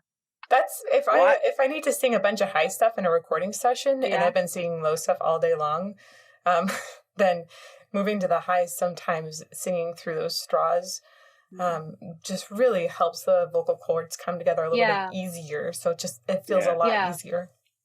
Yeah. Well, I'm always open to learning, so it's pretty cool. They say it's good. They say it's good. Yeah. All right. So what's it called? Vocal doc? What's it called, Professor? There's several different ones. Yeah. What's the one that you use, Annette? It's like a glass pipe kind of thing. Looks like just a tube. Yeah. And then you take a bowl of water, and you're gonna take it down a little bit in the water, and then you're gonna like bubble it, blow and bubble. And it's gonna and it's not gonna bubble too much. You have to so it's really about control. I don't know the name of it, but it's the one they use here. There's a few. I have a few that are handy here, so I'm going to pull them out. First of all, you can use a normal straw. Bendy straw has some bonuses that you can find, and you can just like what you have in your drink there, your Diet Coke. You can just put a straw in it and go like you're singing through a kazoo. You can do that. Exactly. There's also singing straws, which I love. These, they're like a smaller diameter. You can use them with water, without water. Singing straws are great. They come in like cool cases, so they don't get super dirty. This is a thing. This is a thing, and it's got good reasons to actually be. I'm sensing it's a thing. It's a thing. It is a thing. Okay. It's a thing. I don't have it beside me, but there's a water bottle that is inclusive of a straw called Dr. Vox. That one's really good. And that's, Vox. Yeah. Okay. That one's great. And there's also, if you want to go like super into the thing, you can get bling in straw format. Like I have it, a patron sent it, and I wear it because I think it's so cool because it's voice science. But there is a necklace that has a little straw on it. Yes, it's called. Aha, cool. It's I need to have one of those. Right, That singer jewelry. Cool. Okay, I'm gonna have it. Sorry. I just nerded out about straws for a moment because they are one of the best things that have happened. The first straw you talked about, the normal straw, the regular, that's kind of like the one I'm thinking about. Mm-hmm. Oh, we had some lag happening. One more time. Oh, I was just saying, could I get that with like a wallet chain? Can I put that on my wallet chain? Something cool, you know? Someone can make that happen. Yeah, that's more metal, you know? I don't know. It's a big one. All of them. You know? Yeah, they have ones that are like rings, that are long rings that you can plug different holes on. So I feel like maybe that can double really cool. As a knuckle. I would actually try because you know when I was last year, and there's a guy in the band named Caleb Johnson, and he had won American Idol about 5 or so years ago here in the States. A crazy great singer. He's from the South, so he has that Southern sort of cool vibe about him, you know.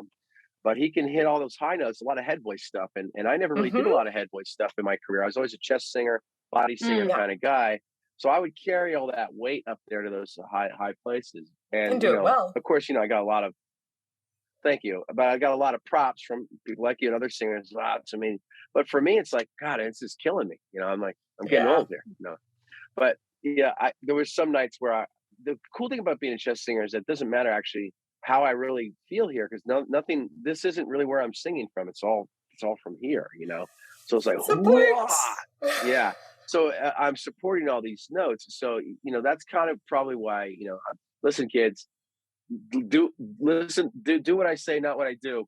But when I was out there touring, if I was drinking and doing stuff like that, I was able to get away with it because I was always physically in good shape and I could support everything I was doing. And you know, you broke down my grit and where I place it, and you know what I'm doing. So I'm never really damaging it in any way, you know. Yeah. Basically, just to clarify for everyone, you're singing with both your true vocal folds, and then you're singing in another area to add grit into it, so that it doesn't destroy your actual vocal folds. She's giving away all of my deepest, darkest secrets. It's but yes, so that's how you do it, and. You know, but what I was saying about Caleb is that he's showing me, hey, you know, place it here and try putting it here. And I love that, you know. I know, you know, you can teach an old dog new tricks, you know, I like it. So that vocal cord really easy to get those high notes, to get them through, you know, into your head voice easier. I always had a little time training those notes. And I never really I was never really a big fan of the screechers growing up, you know. It's just like, it just never really got me. I'm a Ronnie Dio guy, you know. I love the full voice sound, you know. But as I got, you know, now I'm older and I'm curious. I'm like, how do you do that? And so he goes, you can hit that. So man, he was helping me. I increased my range by about, I don't know, you know, 5 or 6 notes. You know, like sweet. You know, he was showing me. And I was like, this is great. So I just did this tour in Symphony X, and I'm doing all the stuff. And I come home and I can actually talk, you know. Back in the old days, I would just sing so heavy through my body and just push out so much of that stuff. And I didn't care what was going on. I'd sometimes be like, hey man, I take a show tonight. And I would just muscle through all that. So now, you know, and I had to get scoped, you know, for like, you know, you do the upper, you know, the COVID. I had COVID, right? I've had every flavor so far. Can't wait for the next one. Oh, I'm so sorry. Big fan. So I went and got scoped, and I'm thinking, oh crap, let's see what the doctor's going to tell me here. You know, let me see. Old pirate, drank like a fish back in the day, smoked, did all these bad things. I'm sure he's going to say, yeah, you know, you've got a lot of damage down here, you know. But no, he looked down there and he goes, how old are you? I told him my age. He goes, you're good to go, baby. You can go sing your butt off. I'm like, really? There's nothing? He goes, no, you're good, you know. And he showed me the picture, you know, when you looked at the screen, you could see, you know, It's so cool. like you could see They're like everything. going like wacka, wacka, wacka. They start shaking or whatever. And it was just really fascinating to me. And I was really surprised. I thought for sure I had something going on down there, but no, that's fine. You know, I was like shocked. I was like, wow, somebody up there likes me. Thank you. Well, just the fact that you've been exercising them for a long time. It's really cool. Or probably you do use the correct belting technique without even knowing it. Yes. Well, you're supporting. You're probably right. Right? By keeping your support low, you're not going to do as much damage. Yeah. No, but actually, I went to a vocal coach because I've always been, like you say, singing with my not head voice. I am educated, but I don't like to sing with that. It's just something I've always been singing full on. Because the people I've been listening to was Whitney Houston and the Carola here in Sweden, and and I have a powerful voice, and I've always used that. But when I was starting to tour heavily, I had to take some lessons with a really good teacher in Malmö, and we focused a lot on my belting technique to really close them, you know, and not have any air. And she also she taught me how to, when I was singing high, as you said before, I always had to do like in between the songs, go down, go down, go down. Oh, to get it to relax a little bit. Yeah, and also I had notes when I was 21 after a musical I did, where I was singing really, you know, full power for 14 shows, and I got a really bad throat infection, and I had to sing even so. You had to sing through it. That's the worst situation. So I got cortisones and shit. I don't like it at all. And after that, I got notes. But they could, and I was smoking, like we talked about before. I was smoking at my younger age, and I had to quit smoking. The doctor said, and they went off by themselves. So perfect. Yeah. But actually, belting and singing like Russell and I do, especially for 1.5 hours on stage. When I'm tired, like when I was touring, if I didn't think exactly about what I did, I would get sour and sound horrible the day after. So it's a really hard technique. I wish I could blend more, but it's something I haven't worked so much in. But I'm so glad that just giving yourself some of that rest helped you to overcome the nodes. I know for a lot of singers, they get nodes and it's like the scary thing. They think it's the end of their career. But often just a few little shifts can make it a lot better. I had them come up repeatedly related to allergies.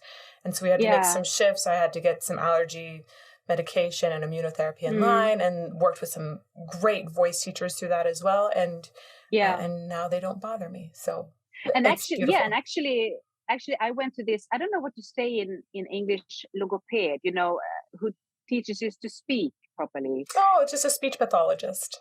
Yeah, exactly.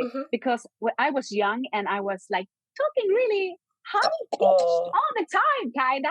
And so she low, as you can hear, I'm really low in my voice. So I sing high, but she taught me to read stories and go down, and that actually helped a lot. So that was a good thing. You didn't have to sound like a very young girl. You could talk very low. Yeah. We lost Russell here for a bit. I'm sure he'll. I don't know where he is. Yeah. He's gone. I think his internet died. The joys of modern technology. But he will be back soon, I hope. Yeah, I hope so too. You know what? So we have a few patron questions, and some of these were specifically for you. So why don't I ask the ones that are for you first? Is that sound good? Yes. So Ruben wanted to ask, and he's actually the person that sent me the Imaginarium, and the reason that I got to see that whole thing. It was really, really very enjoyable. Thank you much. He says, I loved the jazz vibes in the Imaginarium movie. I was wondering how the experience was for you to play a role in a movie. A role? Yeah, a role, like a character. You mean a role? Sorry. Yeah, actually, like Russell said, I've also done theaters and musical. I went to musical education and stuff. So it wasn't a problem like that. I didn't feel comfortable with all the cameras though. And there were a lot of people on set. And actually, when Thomas said that I was going to lie on the piano in this red dress and look like really hot, sexy, jazzy, I mean, of course, I'm not feeling that sexy and hot. So it was like, okay, I have to get into character. And it was a really hard dress to even move in, you know, everything was like, you know, right. That's but what otherwise, happens in those dresses. But otherwise, except from the cameras and all the people, it was quite okay. Okay, good. Russell, I think you're back. It seems like you're here. Yeah, I'm having some trouble over here. I guess the internet isn't what it used to be in America. I don't know. I don't know what's going on. Can you hear me? You sound good. It's Kinda. a little laggy sometimes, but it's not too bad. We were going through some patron questions, though. So this question is for both of you. Michael Lubaloo wanted to know, what are the touring plans looking like for Allen/Olson? And do we say slash between, or just say Allen Olson? Allen Olson. Okay. That's what I say. I don't know what Russell says, but I suggest. Once. I serve the queen. So Allen Olson is great. Touring, And I don't know, actually, Annette, what do you think? I would love to tour with you. I think it would be awesome, but I don't know when we could make it work. But I don't like to be so much on stage anymore. As I say, I have a regular job, but when I go on stage, I prefer to do it with you know, someone like my old band or something that I really like to sing. So I think it would be very enjoyable to do maybe a little America tour or something with Russell. It's been a while since I was there. It's been a while. Yeah. I could see us doing like even just doing some sort of special engagement thing, like festival. I don't know. We could probably do something pretty cool, you know? Yeah, I think so too. That'd be cool. And I'm gonna need you to be a nurse for me, because to get my old ass up there, you know, but that's no problem. It. But I'm really old and in menopause, so I can be cranky, but Oh. I have to cope with that. That's all right. Hey, I don't know. I'm married, and my wife's going through all that too. So I know it. I know the game. You know. I know the game. I'm on the team. Good. I'm on team menopause. Perfect. But so you know, I know it's hot, cold. I get it. Yeah. So you know. Yeah. So it's I just think it would be cool. I think people would really enjoy it. You know, I think the worst case scenario is that they'd enjoy it so much they'd want us to keep doing it. Exactly. And I have to quit my job as a nurse and be singer again. Well. The kids would be crying. That's the hardest thing, I think. You know, I'm sure she would say, being away from the kids really sucks. You know, it really sucks. So, I mean, that's why I think that's why you're great. not touring. I know that. You know, just by having this meeting today and seeing that we have good chemistry, that to me is super important. I mean, I don't care. Bring your old bandmates. We'll get some other people. Magnus will come out, and you know, it'll be fun. I'm all about having a good, comfortable, and a good camaraderie when I'm on the road with whatever I'm doing. I try and it's hyper important. It's like a family vibe. You know, you want to go out on the road, and everybody's got their things, you know, but you know, everybody. You know, you get the right people, they respect each other's space, and everybody's their own person, but you come together and you have a good time. It makes the shows better. You know, you're really entertaining people because you're really enjoying the experience yourself. Nothing's worse than being on stage with people you can't stand. Nah, I agree. Well said. So maybe we will tour. We'll see. So we have to say that to him who asked. Nah. We'll see. I like. Am I still here? Yeah, you're still here. I like this next question.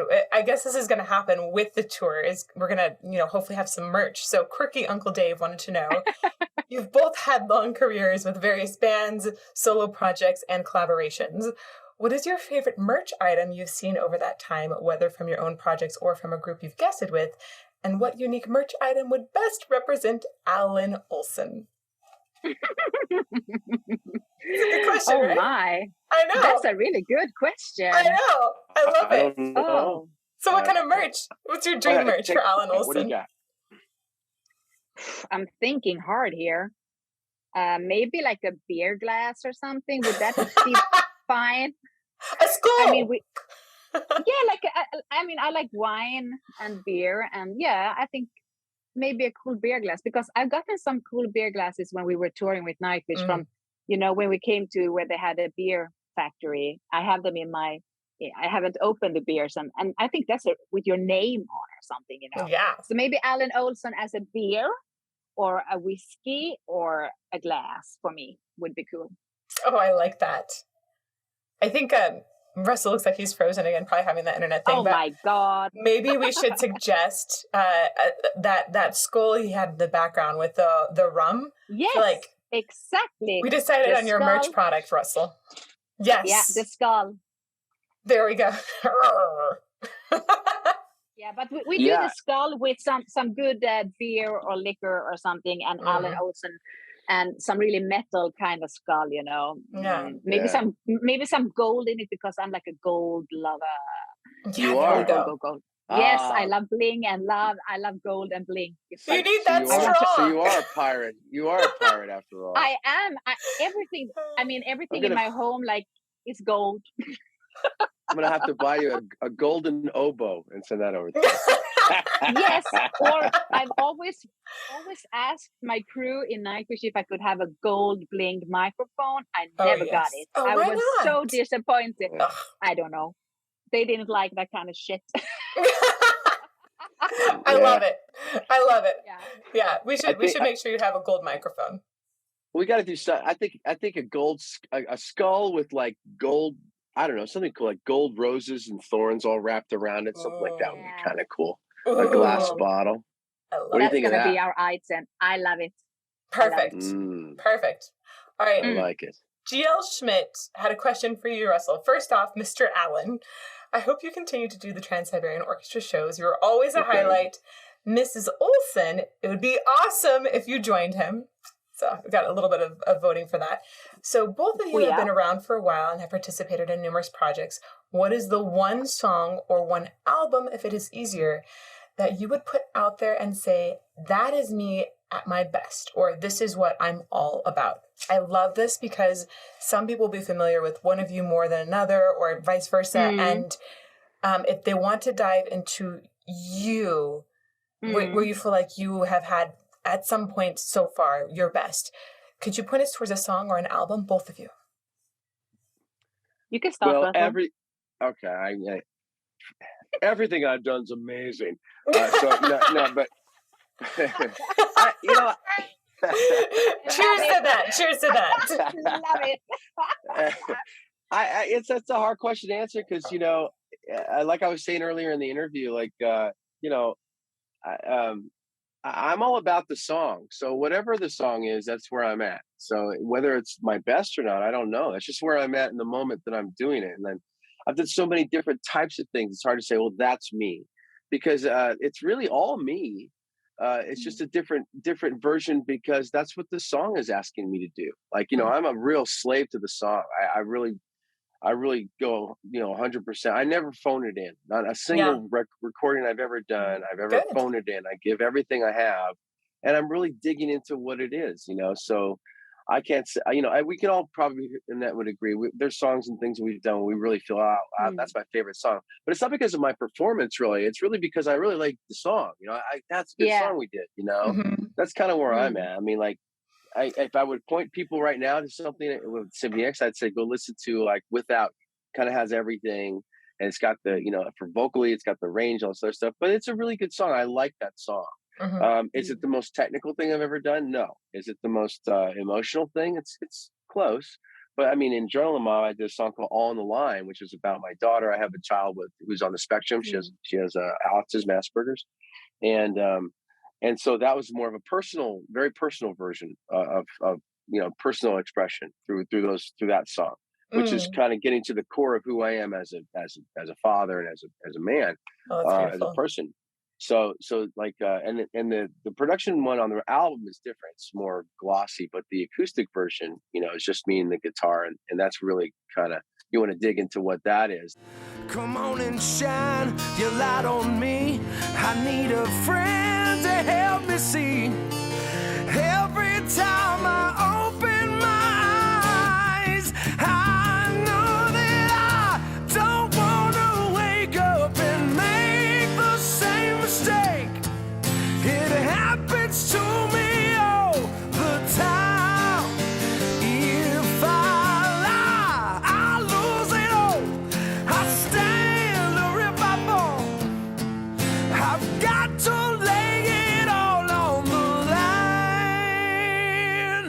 that's a deeper side of my internal sort of, feeling. But yeah, I mean, again, it's a great song, and I can relate to the message because it's real for me. It's a very close to the chest thing, and that's the stuff that I would say, hey, listen to this because this is, the real me. This is what I'm really dealing with, in my life.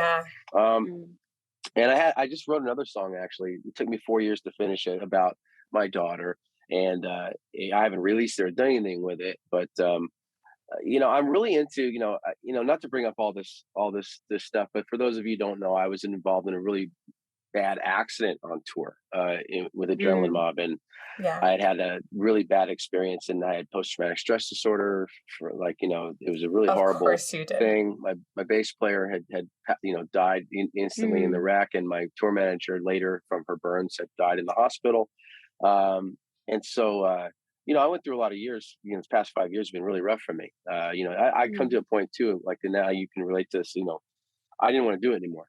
I didn't feel like was the risk worth it? Should I be leaving my family again to maybe the next roll of the dice is, and I'm the one that's not going to make it home, and when things like that happen to you, it changes you. So now for me, it's I feel like the positive side of it is now I feel like I'm going into a phase in my life and my music, whatever, that I'm really gravitating towards doing things that are just more, not this. I love metal. I love where we come from and all this. It's great. And, I love the power and the visuals, but I'm looking for more things that are deeply more connecting to me in terms of what I'm dealing with right now. And not that metal can't do that. I think it can, but I'm really open to making music, and I've been writing music that's more personal, and that's kind of where I'm at right now. But in my past work, it's I've always just put myself into you would say a character, right? I just dive in and become that person. Like for Odyssey, I am Odysseus. I'm on that journey home.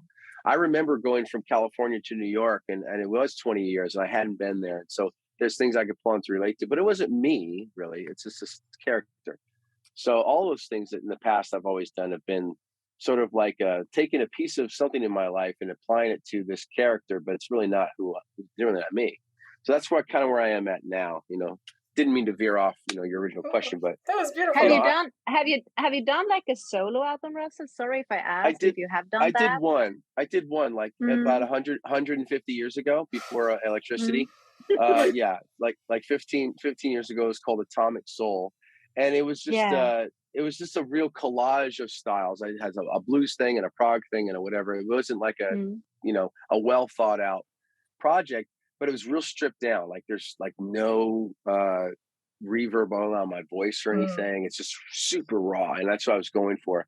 But and I learned how to do a lot of things on that record. But everyone wants me to do another one, Yeah, that's what I mean. I think you should do a solo, and you should do it more stripped. You should do it like you say, because not that you can't do it metal, but you have done that. I think you should do totally different, something from within, maybe a bit more acoustic or something, write about all the things you have. Yeah, and that's what I'm kind of looking at right now, and it's just hard for me. It hurts. It just, I'm not going to lie, it hurts. No, sometimes, but I think it can help you. It does help me, but it's just I avoided it for a while because it's just painful, and I've got kids, and I have a lot of, I'm not trying to be I'm a man, I got to be tough, but I need to hold down the fort for the family. I can't fall apart, man, because it isn't about me. I have to, I'm I'm steering the boat here in my little pirate family. And that was my thinking. So when I delve deeply, now it's a little easier. I'm much better. I have therapists and stuff, like you were saying about life coach. I've had a therapist I see every week for the past 5 years to deal with the PTSD stuff. And I'm in a much better place where I can talk to you about things and things like that. And so it's easier for me. I don't feel like it's going to completely destroy me to go and sort of dig into that, and so I'm kind of ready to do that. So yes, but you're right on it. You have a good sense. Someday you can do it. No, what's happening? I already did it. I started it, but I just have no plans to do anything with it yet. I don't really plan like that. I just want to make it good and see. But I played the songs for people that I've done, just the rough stuff, and everybody cries. Oh, I really want to listen to that one day. I really want to listen to that one day. I'll send it to you. Yeah, you should. You should. Yeah, and tell me what you think, because I will. I know you will, and I know you're going to tell me honestly. You're going to say, Russ, this is a terrible fucking song. Go back to that. Nah. I would probably cry too. I would sit here and cry because I cry to everything the older I get. Okay, all right. So do I. Yeah. So do I. But anyway, so go ahead, Annette. Take what's your best stuff? What should I be listening to right now from you? Like you said, I've done quite a few things, and I haven't done metal as long as you. I started at 35. Before that, I've done everything else. But of course, like you said, if I'm gonna introduce myself, I need to say my solo albums. And I think my first one is really written from my heart about me and my life. And it's, like you say, a bit more low key. It's all various things, but it handles my life and everything. And of course, my new album is not about me, but I'm proud of my solo albums. I'm proud of everything I do. But if I'm going to showcase something, it will be those two albums.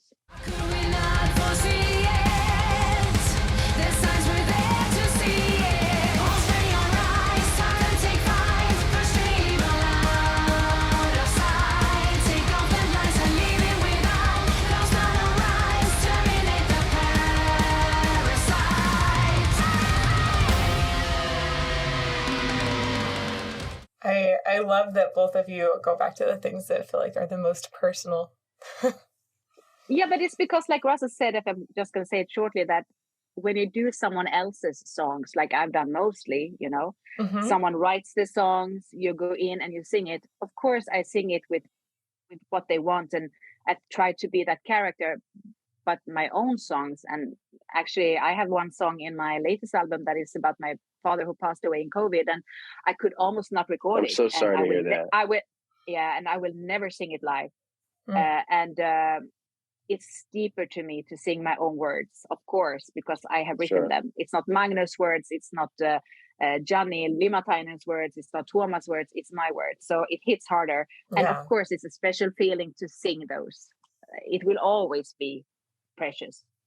Yeah, that's super, super, super difficult. I thank you for writing a song about that too. I feel it's so precious when you have those moments in life that have just exploded and left you completely helpless. If you can put that into music, it feels like it's just one of the greatest honors that you can give to somebody who's passed away. And it's also one of those beautiful things as humans that we can do together, is understanding that emotion and sympathizing with it and working through it with somebody. So, wow. Yeah. It's healing, kind of. It's even if it's hard to do it, I think it's, for me, it's writing those songs that are hard is also helping me. Yeah. Yes. Yeah. Sort of another really insightful question here I really like is from Arnold. For both of you, looking back at your career so far, what is your deepest regret, and what advice would you give to aspiring singers to avoid making the same mistake? I feel like this might actually hit at some of those same points. It's really hard to give advice to someone else, because if you have a dream, you have to go for it. I mean, I would never regret, even if I sometimes feel, like I said, if I could go back, maybe I wouldn't do what I did. But I think whatever mistakes we do or whatever choices we do, it's something that we have made a choice to do. And we learn from everything and we evolve as people. So I'm not regretting anything. I could choose other paths and then maybe I wouldn't have my dream. And now I have had my dream. I fulfilled it and I'm really happy. And that day when I leave this earth, I know that even if it was hard, I have done it. Yes. So I just want to say, go for it. If you have a dream, you have to go for it. And whatever happens, don't regret it. I love that. What about you, Russell? I fucked up so many times. No, I'm kidding. I'm in same thing that Annette said. It's really hard to give advice. I mean, if anything, you're gonna make mistakes, but don't dwell on it. Learn how to forgive yourself and move on, because that's the hardest thing. Is to, hey, Abe, you want to meet my daughter too? I would love to. I'm doing an interview. You want to say hello real quick? Oh, yeah. All right, yeah. Hell yeah. All right, come over here. This girl can write lyrics, man, like crazy. Hi. Hi. Hi. Hi. Nice to meet you. No one knows me, but hey. They said hi. It's nice to meet you. Nice to meet you too. Nice Yeah. to meet you. So she's a very prolific lyric writer. I'm so jealous because that's she writes awesome. better lyrics than I do. So she's teaching me. So right? Ooh, Yeah. Yeah. that's awesome. Say goodbye, Bye. everybody. Bye. Bye. Nice to meet you. Bye. I love. Okay, I so love you got that to we meet my whole family practically. your offspring. Yeah. Really nice. This one was specifically for you, Russell, from Ruben. Annette had hers from Ruben earlier. When you were singing about the dawn of a million souls, was this describing a vision of 1 million subscribers to the Charismatic Voice? Thank you, Ruben. Of course it if was. So, Of course it thank was. you for Yeah. making it Yeah. happen. Yeah. That's so funny. And he Yeah. says, loved this song. It was my introduction to your amazing vocals. Oh, so this is Yeah. basically a nod to say Oh, that, like, thank you very much.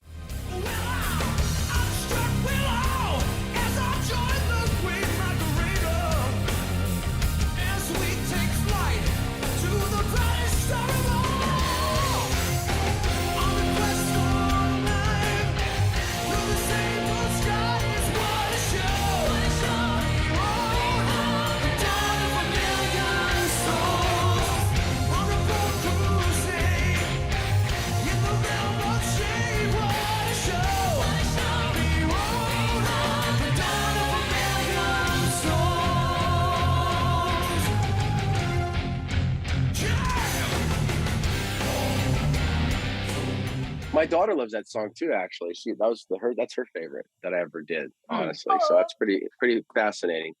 But yeah. I mean, Arian Lucassen is awesome. I mean, I first met him, a long time ago when he asked me to work on that. yeah. And Romeo, of course, is playing the solo on that, and I sent him that track, and he was like in tears. I didn't even think I sang it that good. I'm like sharp everywhere. It's like but I was just Arian going for it. loves you though. Like he loves you, adores you so great. much. Into the Electric Castle is actually one of my all-time favorite records. I love playing that. If I have like a long drive or something, I just put that record in. It's one of my, I'm not even on it. It's just one of my favorite albums. And so I really loved him as an artist even before he asked me to do anything with him. So Yeah. and I love the fact that I'll be totally honest with you. I'm the worst with I names and stuff I struggle with sometimes. I remember faces, things like that. But we meet so many people in the entertainment business, so I do my best. But like I didn't really know anything about him. I didn't know how popular he was in Holland. I just got to know the guy first, and then I decided, okay, I want to make music with this person. I'm so like kind of old fashioned like that. I really need to at least have some sort of sense. Of course, with this project, it's like totally like me and Annette just met. So luckily she doesn't How totally things have hate changed. me. Yeah, but look at how much fun we're having. And so it's like, I think good vibes go a long way. So you can kind of sense that. I mean, I can kind of sense that with people too. Like, okay, I can see this person's, down to earth. I can work with this person. But yeah, working with him and doing that song was a really big sort of step for me. Because I had never worked with a European artist before, and I just love the whole introduction to the whole culture over there. Like I said, I love history, so I was just raring to go back then. I couldn't wait to get over there. I couldn't wait to do stuff with him, and it was a lot of fun. But he's a very prolific writer. I love the way he uses all of the old analog keyboards and a lot of the 70s influences. It's just so cool. He mixes on these. Well, he used to anyway. Mix on these old Sony. We used to call headphones the cans, the tin cans. Yeah. Oh yeah, cans. Well, yeah, but these are literally cans. They look like coconuts. on your head, like you're gonna launch, T minus 5 minutes and counting. Like they literally, and they're heavy. And so he has a great knack for mixing great headphone albums. When you put them on, it's like, the spatialization that he uses with the audio is really cool. It's really good. And he's always got killer singers, and I'm just proud that I was included in that group of singers. So Great I singers. heard you first. Well, the first time I heard you was singing "The President" in "The Day That the World Breaks Down." And I was like, "Whoa, this is a great voice." So anyhow, he's incredible. Loves what you do. Last question for our patrons, and then I'm going to have a final one. And it's from Runa. She says, "What is your favorite thing to do for self-care?" Well, Annette, this is all you. Exercise. Yeah. Or actually, I like to be alone. I have to have my own time. So going to Copenhagen all alone, walking around, drinking a glass of wine, having a dinner, meeting some random Danish person eating with me. That's also self-care. And I do a lot of meditations and mindfulness. For me, it's sport, working out, but I love sport. And I just like I told you about the video game thing. I love problem solving. So and of course, it's very stimulating for me mentally. So it keeps me sharp. I think having things like that help to keep me sharp and keep me going. But when I do tour, I like to do what Annette does. I like to go out and absorb the culture. I like to go out and have a glass of wine, talk to the locals. I very much love that aspect of touring more than the shows. I got to be honest with you. The shows, I can't remember anything, but I'll tell you where I had dinner and who I was talking to and who I met. Yeah, because that's really the golden standard for me in life. It's the experiences you share with others. The shows are great, and don't get me wrong. But like we have talked about before, if something goes wrong in the show, I remember that, because that was a special thing. So just trying to stay motivated mentally by doing things like problem solving, if it's games or coaching kids. I love that. And of course, working out, so That's after great. the accident, I had some trouble working out, because I had some damage to my back and things like that. So I don't do it as much as I'd like to, but I still do exercise and stuff. That helps to keep me going. That's good. That's good. Well, obviously both are still going very strong, even though you keep complaining about being so old.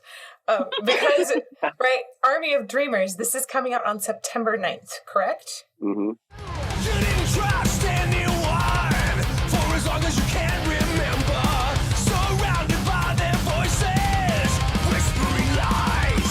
Join us, dreamer, don't be scared. We are here, we're your tribe. All we are is an army of dreamers, proud and strong, ready to strike. All we know is made up by strangers. When we wake up, we will never remember. We are an army of dreamers.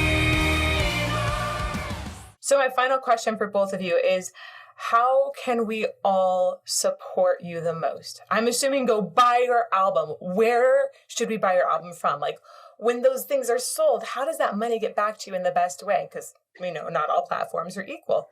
How can we support you the most? Well, this is kind of a project thing for me. I think Russell has same for the me. same deal. So I get paid for doing my vocals, and then I don't see any more money of that. So, but of course, it always gets back to you if people buy the album and download it, because then you get money from other forms, like for singing. But of course, if people buy it, we can do more albums, because There then we go. frontiers want to do more albums. So downloading it, listening to it, even on Spotify. I'm not against Spotify. I listen to it myself. But the most money we get, of course, from Apple and those kind of places. Perfect. Yeah, I would say it's all the same things. And if you really want to support us, I guess, I can't believe I'm saying this, but follow us on social media. And and like follow us on Instagram because that's where you're going to find out what we're doing that her and I are making, some headway in terms of like, new musical adventures and money and things like that. But listening to the album, of course, is great. But that's kind of where you're going to really be able to support us. Is just be present in what we're doing, and the way to do that is to follow us on social media. I'm on Instagram. Russell Allen 971, Heavy Metal Pirate. Annette has 6 million things. Snapchat. I'm not as sophisticated. Nah. I just do Facebook, Instagram. I haven't delved into all that, but that's enough for me right now. But I think that's the best way. It's just stay in touch with us that way. Yeah, because and also, we can let them know what we're doing.